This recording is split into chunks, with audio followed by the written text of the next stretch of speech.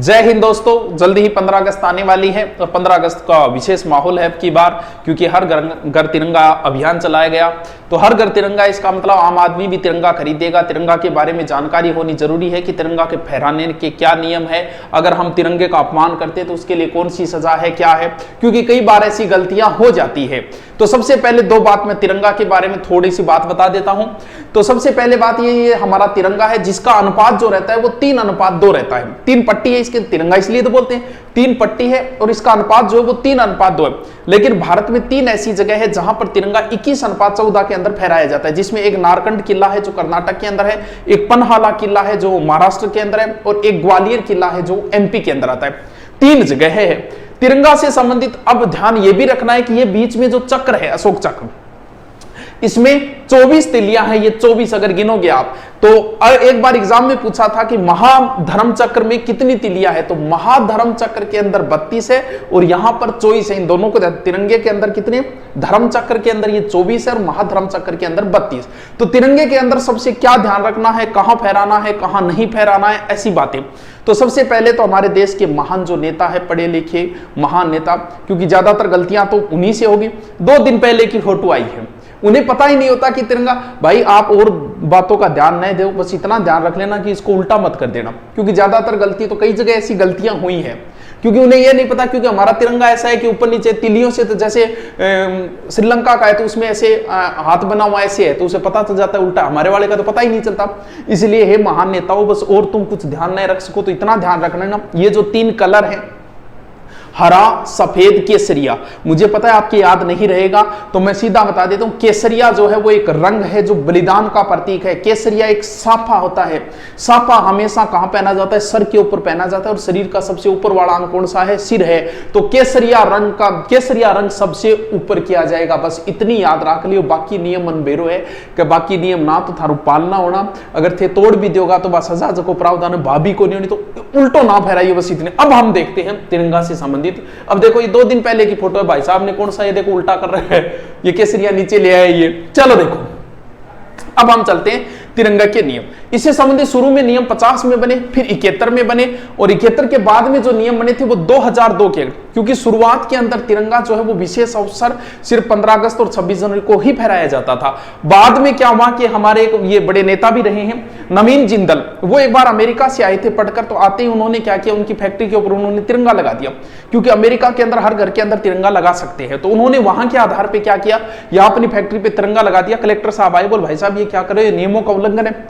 उन्होंने कहा ऐसी क्या बात हुई भी, ये राष्ट्र ध्वज है, प्रतीक है, मुझे हक है ये लगाने का। फिर केस चला, कई सालों तक केस चला। 2001 में फिर नियम बदले गए और फिर वो नियम जो है वो 2002 के अंदर लागू हुए।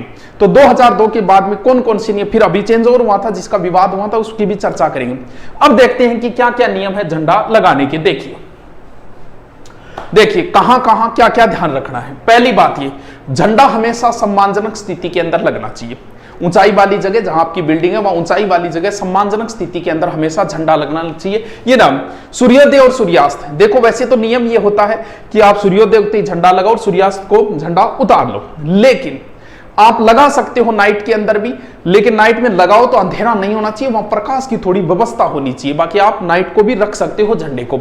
अन्य ध्वज दूसरे, यानी अगर आपका झंडा लगाए उसके नजदीक भले ही आपका कोई धार्मिक झंडा ही क्यों ना हो, वो हमारे राष्ट्रीय ध्वज से हमेशा नीचे रहना चाहिए।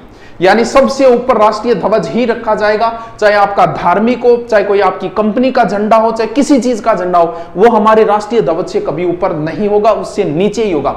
यानी आप ये झंडा लगाए तो उससे आधे फुट 1 फुट नीचे करके आप कोई भी झंडा लगा सकते हो, लेकिन उसी के अंदर नहीं होना चाहिए, अलग से होना चाहिए। फिर है झंडा जो है आपने लगा दिया तो वो जमीन को टच नहीं करना चाहिए, क्योंकि ऊंचाई वाली जगह पर जमीन पे झंडा कभी भी टच नहीं करना। ये झंडे का अगर ये काम करते हैं तो ये झंडे का अपमान होता है, हमारे राष्ट्रीय ध्वज का अपमान होता है।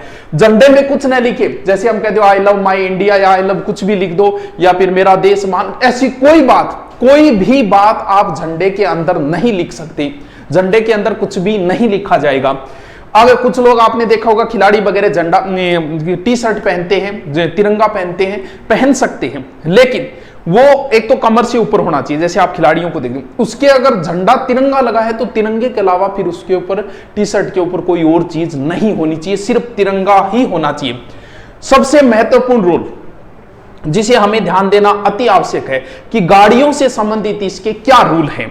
पहली बात तो ये कि गाड़ियों के अंदर हम आगे जिक्र करेंगे, गाड़ी वाला पोर्शन एक जरूरी पोर्शन है तो इसका थोड़ा सा आगे जिक्र करें।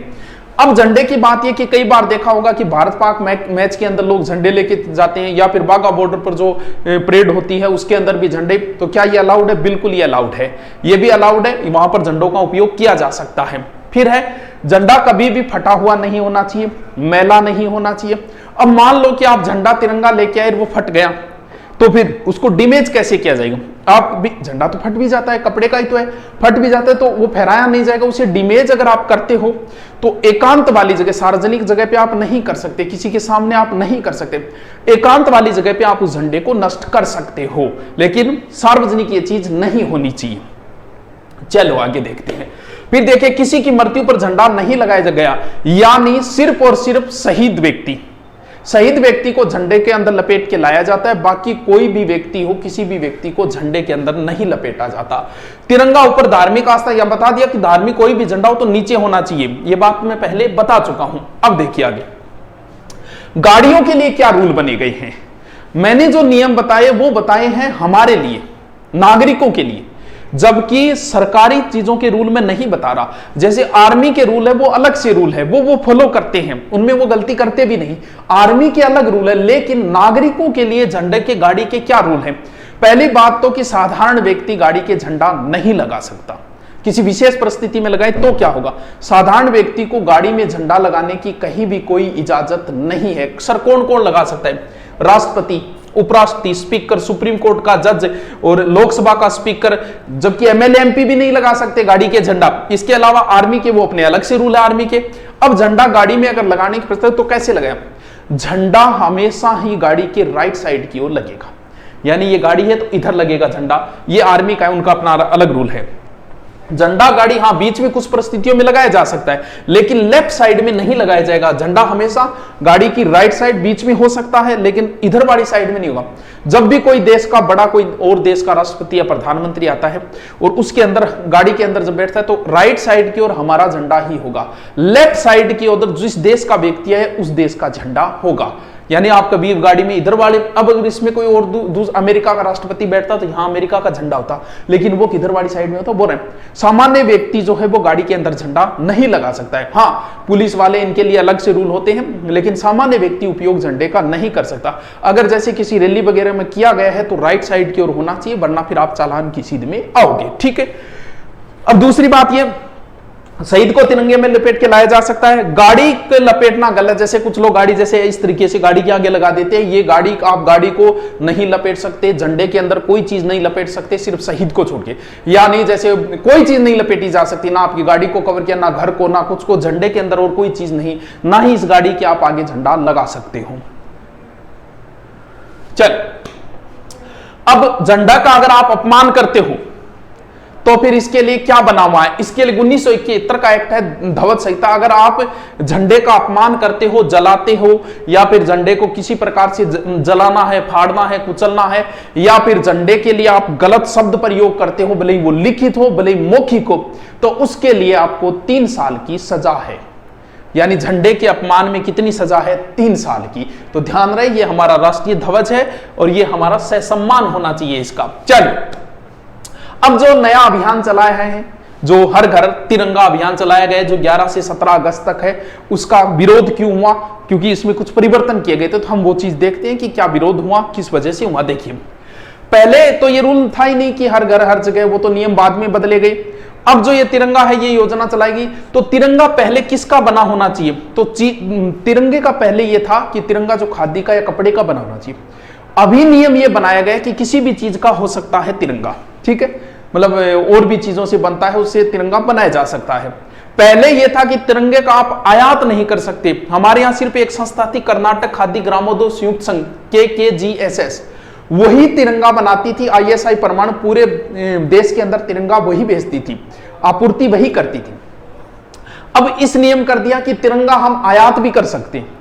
तब इस चीज का विरोध हुआ था कि इस प्रकार से तो हर घर के अंदर चाइना का तिरंगा हो जाएगा, क्योंकि चाइना को तो मौका चाहिए, बोले ये लो बिजनेस नया। तो इस वजह से विरोध हुआ कि कहीं आयात करने लग गए तो कहीं चाइना के झंडे हमारे हर घर के ऊपर न फहराए जाए। इस वजह से इसका थोड़ा सा क्या हुआ था, विरोध हुआ था। अब देखिए एक छोटा सा अंतर, अभी 15 अगस्त है फिर 26 जनवरी। 15 अगस्त और 26 जनवरी दोनों ही समय में झंडे के फहराने के अलग अलग रूल है, लहराना और फहराना दोनों के ही अलग अलग रूल है। देखिए पहले हम 15 अगस्त को देखते हैं, यानी 15 अगस्त को हम आजाद हुए थे। पहले हम नीचे थे फिर हम ऊपर गए, यानी हम आजाद हो गए। तो 15 अगस्त को क्या होगा, झंडा नीचे से ऊपर की ओर ले जाया जाता है, यानी जिसे कहते हैं ध्वजारोहण। 15 अगस्त को झंडा नीचे से ऊपर ध्वजारोहण।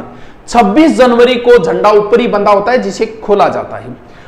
26 जनवरी को हमारा संविधान लागू हुआ। संविधान प्रमुख कौन होता है, राष्ट्रपति होता है। तो सीधा याद रह जाएगा, तो इस झंडे को कौन करता है, राष्ट्रपति, यानी राष्ट्रपति। जबकि 15 अगस्त के झंडे को कौन, प्रधानमंत्री। अब जैसे प्रधानमंत्री, आपको ये दिख रहा होगा, आपको प्रधानमंत्री खड़े, और उधर देखिए राइट साइड की ओर झंडा है। तो जब भी किसी सभा में और कहीं भी हो झंडा फहराया जाए और मुख्य अतिथि बोले तो झंडा उनके किधर होना चाहिए, राइट साइड की ओर होना चाहिए। गाड़ी में भी किधर होना चाहिए, राइट साइड की ओर होना चाहिए। तो इसमें क्या होता है, प्रधानमंत्री, संविधान का प्रमुख कौन है, राष्ट्रपति, तो उसे राष्ट्रपति फहराएगा, इसे कौन, प्रधानमंत्री, यानी इसे राज्यारोहण कह देते हैं। अब क्या होगा, ये कहां, ये लाल किले के ऊपर, यानी 15 अगस्त को झंडा कहां, लाल किले के ऊपर प्रधानमंत्री, वो कहां 26 जनवरी वाले कहां, राजपथ के ऊपर। इसके अंदर किसी प्रकार के अतिथि को नहीं बुलाया जाता है। जबकि हमारा संविधान लागू तो हम किसी को बुलाते हैं कि आओ हमारा संविधान लागू, आप देखिए आइए, तो किसी विशेष मुख्य अतिथि को, किसी देश के राष्ट्र प्रमुख को बुलाया जाता है। इसके अलावा इसके अंदर सीधा राष्ट्रपति संबोधन करता है, बाकी प्रोग्राम नहीं होते। जबकि इसके अंदर 26 जनवरी सेना अपना ताकत दिखाती है, सेना का प्रदर्शन होता है, जश्न वगैरह। इसमें ज्यादा जश्न वगैरह माहौल नहीं है, तो एक दिन में ये प्रोग्राम जो है समापन हो जाता है। जबकि उसका समापन भी थोड़ा लंबा चलता है, उसका बीटिंग रिट्रीट सेरेमनी कहा जाता है, जो 29 जनवरी तक चलता है। सैन्य ताकत, सांस्कृतिक विलक्षणता भी इसके अंदर दिखाई जाती है। तो ये था हमारे राष्ट्रीय ध्वज से संबंधी जानकारी। बताइए आपको कैसा लगा सारी जानकारियां। तो 15 अगस्त सभी को हार्दिक शुभकामनाएं। Okay, thank you.